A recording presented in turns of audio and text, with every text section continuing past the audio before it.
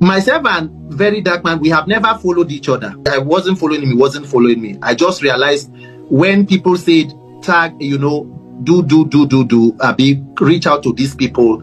So then I realized that, oh, this person has blocked you. So that was why I was just mentioning that. Look, let me be honest with you and ask you a question. What does Very Black Man do? What is his job? What does he do? Well, they say he fights for the oppressed, for if they steal your property, your money. I'm giving you what Nigerians say. If they steal your money, he will go and fight and collect your money for you. He drags the untouchables. You know, in Nigerian society, we have the untouchables, the so-called untouchables. So he drags them. He does not hold bars. He calls out everybody. You know, that's the image that he portrays, right? And that's what I see. I'm not gonna lie. I don't really go deep into his content because most times when I saw this trend of like what happened in Plateau State, the Bokos killings, he now went to Bokos and said that the killings in Bokos is because of tin, that he's discovered tin on the floor. And I grew up in Plateau State, so I was like, no, it is way more than the tins. I know that could be part of the reasons, but that is not the only reason why there's an ethnic cleansing going on in that place. Don't come and he changed that story. That was when I paid attention, because I know when people were saying that he got into the Mohbad Naira Marley's case and all of a sudden started asking for DNA for the Mohbad's wife and saying that Naira Marley is innocent, you know, despite we seeing videos of how much these guys molested Mohbad when Mohbad was alive. So when he did that, I now checked on cause that the Bokos one was what drew my attention. I was like, for real? Then I think there's what happened in the Chinese embassy also. When the Chinese embassy attacked someone, he went into the case and came out and said, you know, and I was like, you know, and where my final straw was when Tinubu, I think, came back, when Tinubu was about to open an embassy. I think wanted to work with the French to bring in the French military to Nigeria. And it was going loud, and all of a sudden, the Very Dark Man just came out from nowhere and said that all the 180 million naira that is in his account has disappeared. You know, the whole Nigerian attention now went on the Very Dark Man. Oh, they now came out and said it's a prank. And I was like, no, you can't be playing with the sensibility of what 200 million Nigerians are using us for crew. So that was when I sat down. I was like, if Tinubu is not using this guy yet, that means he doesn't know that he's being used either psychologically or he's a willing tool or vehicle to be used. Because if I'm Tinubu and I see someone, because I don't doubt the fact that he has a huge, humongous influence on so many young Nigerians. I can't take it away from him. If Very Dark Man is news, that is the truth. He's news. So if he is news, a man that is political savvy like Tinubu can always see this guy that is news and has political capital. Yeah. Thank you very much. So that's why I'm coming from the angle that maybe he does not even know that he's being used. I'm giving him the benefit of doubt.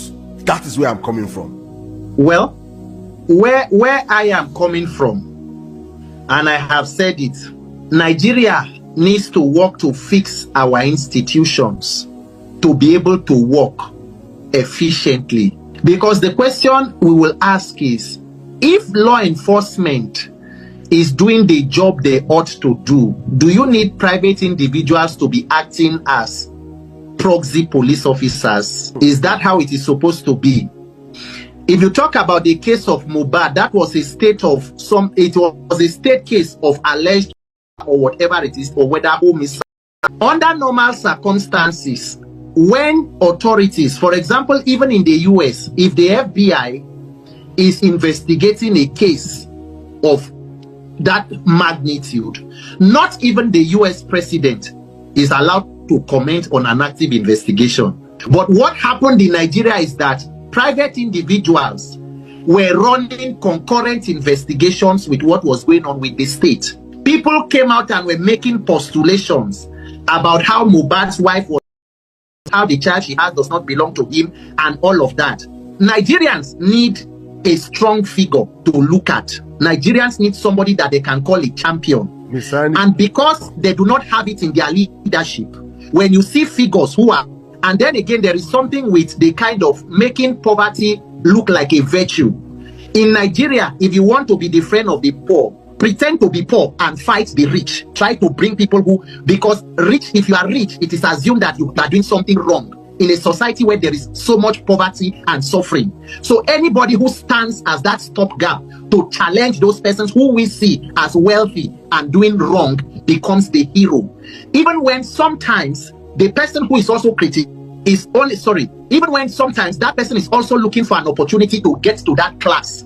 And that is why when he sees people who help them to that class, they segregate the kind of wealthy people they can touch or talk about. So this person can be talked about and this person cannot be talked about. So in all of it, we must learn not to empower people that you cannot question, because absolute power corrupts absolutely. And that is the problem with Nigerians. No matter how much you love people, you should be able to disagree and tell them that this is wrong or this is wrong without it being malicious. So when you come out now and as you say that, no, this thing you said about play 2, it may not be correct, it may be this way, and somebody will tag it, you are envious, you are hating. Exactly. Why should it be so? Why should we not be able to disagree without being disagreeable? So everything that Nigerians are doing, I, all honesty, am not a fan, because I know how that character was built. I know when it started and I know where it went. Whatever that they are doing, I am not a part of it, and I am okay to not be a part of it. So it is well with all of them. But as it comes to governance, if truly you are interested in fighting crime, you are interested in fighting whatever, then we should be interested in fixing bad governance. So if we are not addressing the problem from the root cause of it, and then you are talking about the symptoms, it then means you only, because there can be activists and sometimes there can be anarchists. Anarchists benefit from when there is confusion and issues, problems. They trade on them, they thrive on those kind of situations, because you need something to always strive on. But if you are honest about solving problems, it must be through the root cause of the problem. And my final submission is that time will test the motive of everything people do. What you are saying, what you are acting, your true intention and motive will be tested with time. So in all of this, I did not say directly what is this, and I did not say, but I'm sure you can add it up. But what I'm telling you is that when it comes to that character, I'm not a fan. I've never been a fan. I'm not ready to be a fan until I see that you align with the principles that I also share, and I have my rights to do so. So I'm watching whatever you're doing. The Lord be with you. Good luck with it, and it's okay.